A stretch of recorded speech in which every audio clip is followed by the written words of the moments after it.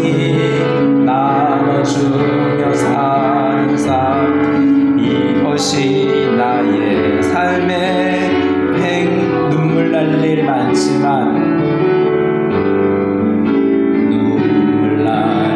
많지만 기도할 수 있는 것, 억울한 일 많으나 주를 위해 참는 것, 비록 짧은 작은 삶 주 뜻대로 사는 것, 이것이 나의 삶의 행복이라고.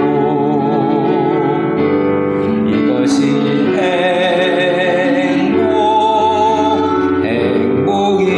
행복이라고. 세상은 알 수 없는 하나님 선물, 이것이 행복이라고. 하나님의 자녀로 살아가는 것, 이것이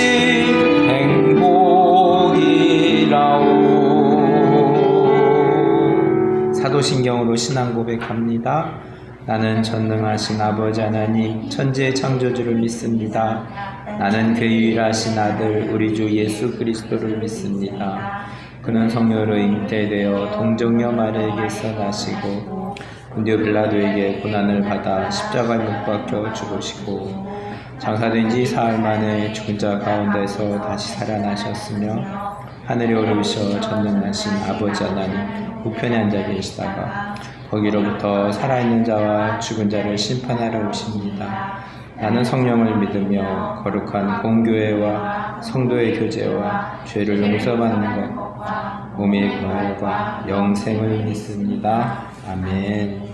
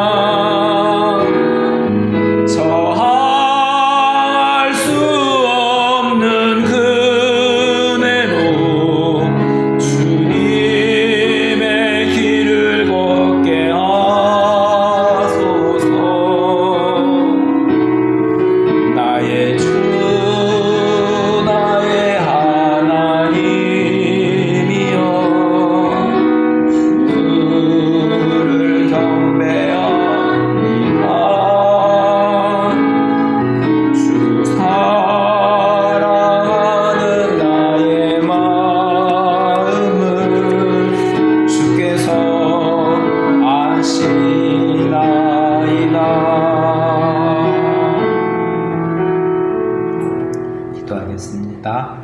하나님 아버지, 오늘도 주님께 예배하게 하심을 감사합니다. 하나님 앞에서 우리가 정말 작은 자이며 주님 앞에 겸손히 나아가기를 소원합니다.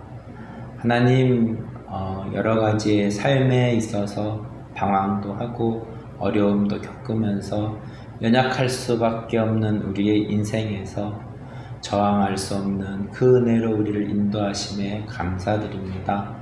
하나님 아버지, 2024년 또 가을을 보내고 있습니다. 또 올해도 얼마 남지 않았습니다. 또 24년을 또 마무리하면서 우리가 여러 가지의 삶에 있어서 굴곡들이 있었고 어려움 가운데, 연약한 가운데 있었지만 다시 한번 주님을 바라보며 나아가기를 소원합니다. 우리의 삶에 찜 찬양이 회복되게 하시고 기도가 회복되게 하시고 하나님의 말씀이 내 마음 가운데 심겨지기를 소원합니다. 오늘도 들려지는 사무엘서의 말씀을 통하여서 그 이스라엘 과거의 일들이 사건으로 끝나지 않게 하시고 오늘을 살아가면서 우리에게 하나님의 살아계심을 우리가 주님 앞에 경외하며 나아가기를 소원합니다.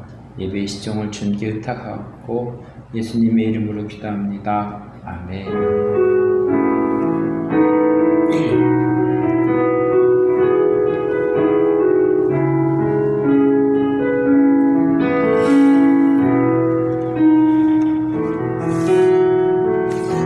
하나님의 말씀 사무엘상 13장 1절 말씀입니다. 얼마 되지 않아 라는 제목으로 말씀을 전하겠습니다.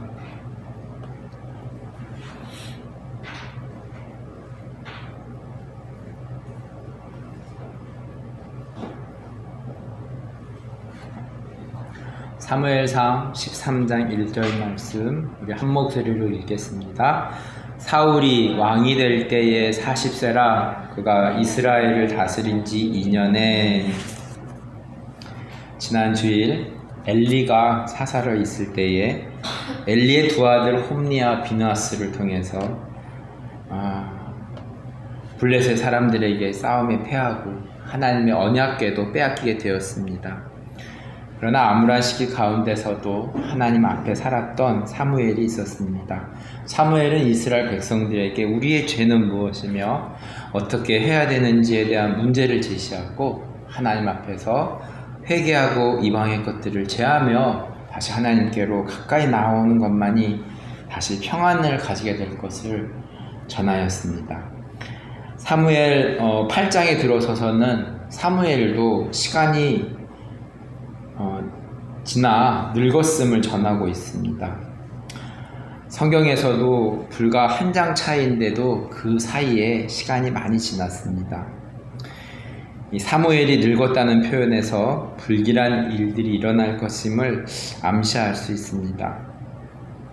갈렙은 80세가 되었어도 성경은 갈렙에 대해서 늙었다라는 표현을 쓰지 않았고 마침내 갈렙이 땅을 차지하는 것을 우리가 기억합니다.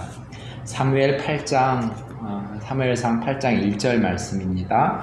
사무엘이 늙음에 그의 아들들을 이스라엘 사사로 삼으니 엘리의 두 아들 홈니와 비느하스는 악하였는데 이 사무엘의 아들들은 어떤 모습일까요? 2절입니다. 장자의 이름은 요엘이요 차자의 이름은 아비야라. 그들이 브엘세바에서 사사가 되니라. 사무엘의 아들들 요엘과 아비야는 어떤 모습일까요? 3절입니다. 그의 아들들이 자기 아버지의 행위를 따르지 아니하고 이익을 따라 뇌물을 받고 판결을 굳게 하니라. 안타까운 모습입니다. 아버지는 사무엘은 그렇게 훌륭한 사람이었는데 아들들은 하나님 앞에서 살지 못하였을까요? 이제 이스라엘 백성들은 왕을 구합니다. 5절입니다. 그에게 이르되 보소서 당신은 늙고 당신의 아들들은 당신의 행위를 따르지 아니하니 모든 나라와 같이 우리에게 왕을 세워 우리를 다스리게 하소서 한지라. 이에 하나님은 어떻게 대답하셨습니까? 8절입니다. 내가 그들을 애굽에서 인도하여 낸 날부터 오늘까지 그들이 모든 행사로 나를 버리고 다른 신들을 섬김같이 내게도 그리하는도다. 출애굽하던 때가 아주 오랜 일인데 이스라엘은 모든 일에 하나님을 섬기기보다 다른 신들을 섬겼다고 말씀하고 있습니다. 출애굽하여서 광야에서도 만나 매출하기로 불과 구름 기둥으로 인도하셨던 하나님에게 이스라엘은 다시 애굽으로 들어가고 싶다고 말하기도 하였고, 가나안을 정복할 때도 여호수아와 함께 믿음의 싸움을 하기도 하였지만 그가 죽으면 다시 이방의 신들을 섬겼으며 사사시대도 마찬가지였습니다. 마지막 사사들인 사무엘의 아들들도 앞서 엘리의 아들들의 모습과 같이 악한 모습을 보게 됩니다. 구약 성경 많은 분량을 차지하면서 믿음의 싸움이 있어서 이스라엘 백성들이 하나님보다 이방의 신들을 따르는 모습을 살펴보게 되었습니다. 구약의 성경 주제를 생각해 본다면 나의 삶의 왕은 누구인가? 라는 질문을 던져봅니다.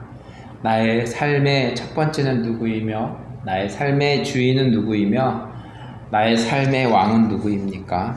이제 사무엘은 왕을 구하러 갑니다. 사무엘상 9장 21절 말씀입니다. 사울이 대답하여 이르되 나는 이스라엘 지파의 가장 작은 지파 베냐민 사람이 아니니까 또 나의 가족은 베냐민 지파 모든 중에 가장 미약하지 아니하니까 당신이 어찌하여 내게 이같이 말씀하시나이까 하니. 사무엘은 베냐민 지파에서 사울을 만나게 됩니다. 사울은 자신의 처지를 잘 알고 있습니다. 자신은 이스라엘 지파 중에서 베냐민 지파로 가장 작은 지파라는 것을 소개합니다. 사무엘은 사울이 가장 작은 지파인 베냐민 지파라는 것을 알고 있었습니다. 그러나 하나님께서 사울에게 기름을 부으라고 말씀하셔서 사무엘은 그 말씀을 따를 뿐입니다. 사무엘상 10장 1절입니다. 이에 사무엘이 기름병을 가져다가 사울의 머리에 붓고 입맞춤에 이르되 여호와께서 내게 기름을 부으사 그의 기업에 지도자로 삼지 아니하셨느냐. 6절입니다. 내게는 여호와의 영이 크게 임하리니 너도 그들과 함께 예언을 하고 변하여 새 사람이 되리라. 사울도 앞선 사사들과 같이 하나님이 함께 하시기도 하지만 또한 싸움에도 능한 자임을 알 수 있습니다. 암몬 사람들이 이스라엘을 겁박하자 사울이 암몬을 물리치는 사건을 기록하고 있습니다. 사무엘상 11장 11절입니다. 이튿날 사울이 백성을 3대로 나누고 새벽에 적진 한가운데로 들어가서 날이 더울 때까지 암몬 사람들을 치매 남은 자가 다 흩어져서 둘도 함께한 자가 없었더라. 암몬 사람을 물리치는 것을 보고 이스라엘 사람들도 사울을 왕으로 인정하게 됩니다. 사무엘이 사울을 왕으로 올리면서 이스라엘 백성들에게 당부하는 말을 전합니다. 이는 앞서 모세가 이스라엘 백성들에게 전하는 말씀과 동일합니다. 사무엘상 12장 14절과 15절 말씀입니다. 너희가 만일 여호와를 경외하여 그를 섬기며 그의 목소리를 듣고 여호와의 명령을 거역하지 아니하며 또 너희와 너희를 다스리는 왕이 너희의 하나님 여호와를 따르면 좋겠지만은 너희가 만일 여호와의 목소리를 듣지 아니하고 여호와의 명령을 거역하며 여호와의 손이 너희 조상들을 치신 것 같이 너희를 치실 것이라. 무서운 말씀입니다. 우리는 살면서 많은 선택들을 하면서 살아가고 있습니다. 그리고 우리의 선택이 믿음의 선택을 하기도 하지만 그러지 못하는 경우도 있습니다. 나의 삶에서 하나님을 따르는 믿음의 선택은 무엇입니까? 나의 삶에서 하나님을 멀리하는 안타까운 선택은 무엇이 있습니까? 나의 삶의 선택의 기준은 무엇입니까?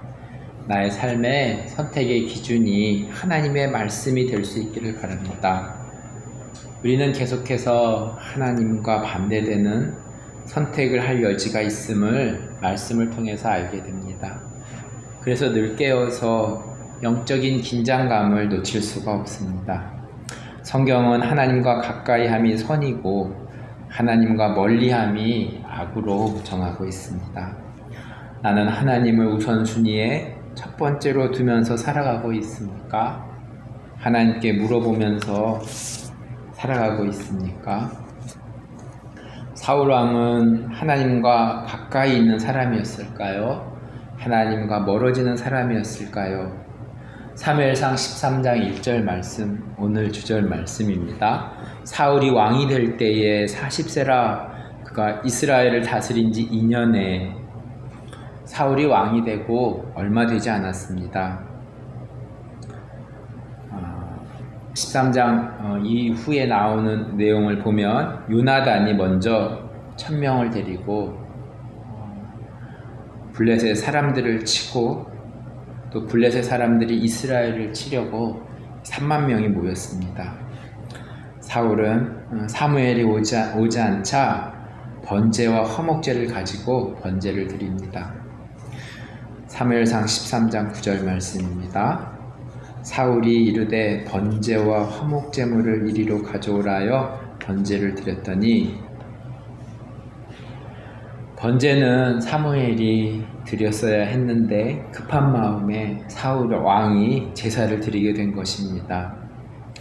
지난 사사기에서 사람들이 마음대로 제사장을 세우기도 하고 엘리의 두 아들 홈리와 비나스가 마음대로 언약궤를 가지고 나아가는 모습과 같습니다. 나는 하나님을 삶의 승리에, 삶의 성공에 도구로 사용하고 있습니까? 나는 하나님을 삶의 승리에, 삶의 성공에 전부로 생각하고 있습니까? 사울 왕은 집권 초기부터 하나님의 말씀을 따르기보다는 자신의 생각으로 싸움에 임하는 모습입니다. 나는 진정으로 예배를 드리고 있습니까? 나의 삶을 통해서 하나님이 드러나고 있습니까? 나는 하나님을 삶의 성공의 도구로 생각하고 있습니까? 나는 하나님을 삶의 승리의 모든 것으로 고백하고 있습니까? 말씀을 기억하면서 제가 기도하도록 하겠습니다. 사사시대가 맞춰졌습니다. 엘리의 아들들도 그렇고 또 하나님의 말씀을 따랐던 사무엘이었는데, 사무엘의 아들들도 이익을 취하고 뇌물을 받고 판결을 굳게 하는 안타까운 모습을 보게 되었습니다. 결국엔 이스라엘의 백성들이 왕을 구하게 되고, 하나님은 또 사무엘을 통하여서 이스라엘의 첫 번째 왕 베냐민 지파의 가장 작은 지파인 그곳에서 사울을 왕으로 세웁니다. 하나님의 영이 임하고 하나님께서 함께 하시며 사울 왕을 세웠지만 왕이 된 지 2년 만에 싸움에 앞서서 하나님께서 말씀하신 말씀대로 따르기보다는 자신의 생각이 앞섰던 모습, 안타까운 모습을 또한 보게 됩니다. 이스라엘의 모습들이 우리의 모습인 것을 고백합니다. 오늘을 살아가면서 정말로 하나님을 내 삶의 도구로, 수단으로만 섬기지는 않는지 되돌아보고 진정으로 하나님을 나의 삶의 전부로 고백하며 예배하며 살아가기를 소원합니다. 빠른 시간 속에서 우리들의 삶 가운데에 하나님을 전부로 고백하며 살아가는 하나 가족들 되어줄 수 있도록 주님께서 축복하시고 인도하여 주시옵소서. 예수님의 이름으로 기도합니다. 아멘. 주기도문으로 예배를 마치겠습니다. 하늘에 계신 우리 아버지, 아버지의 이름을 거룩하게 하시며 아버지의 나라가 오게 하시며 아버지의 뜻이 하늘에서와 같이 땅에서도 이루어지게 하소서. 오늘 우리에게 일용할 양식을 주시고 우리가 우리에게 잘못한 사람을 용서해 줄 것 같이 우리 죄를 용서하여 주시고 우리를 시험에 빠지지 않게 하시고 악에서 구하소서. 나라와 권능과 영광이 영원히 아버지의 것입니다. 아멘.